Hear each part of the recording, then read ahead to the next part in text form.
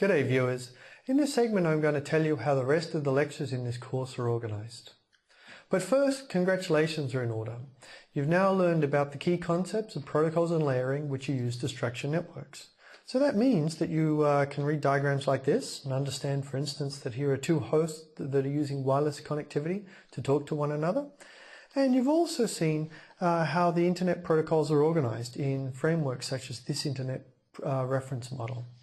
This model in particular, I want to point out the narrow waist of the internet, which is IP, and how it allows a diversity of different link technologies to flower, as well as a diversity of different applications to be used on top of the network.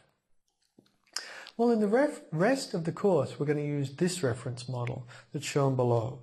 So you'll see that we mostly follow an internet reference model. We actually do a little more, so if we go through this model, we start at the physical layer, which is all about sending bits using signals. We're going to do a bit more of this layer than you would usually see in the internet. And then we move on to the usual link layer to send frames across links, the network layer to send packets across multiple networks, the transport layer for different kinds of end-to-end delivery, including reliability, and the application layer for all manner of programs which make use of the network. So as well as doing a little more on the physical layer than you would get in your typical internet reference model, we're also going to talk about some of the alternatives to IP.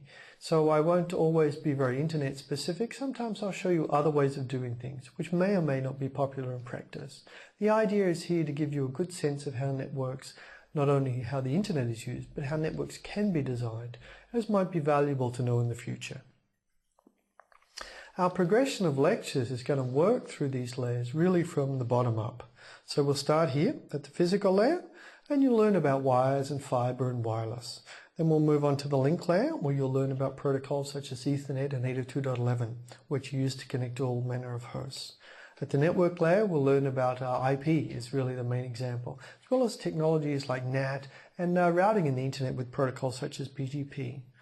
Then we'll look at the transport layer, the TCP and UDP protocols mostly, and then all manner of protocols which make use of the network applications such as HTTP, DNS and CDNs.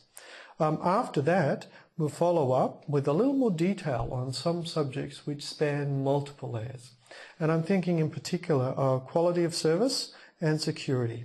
All of these topics cover more than one layer. They don't neatly fit into any of them. And all the way through, this will be an upper division college level course.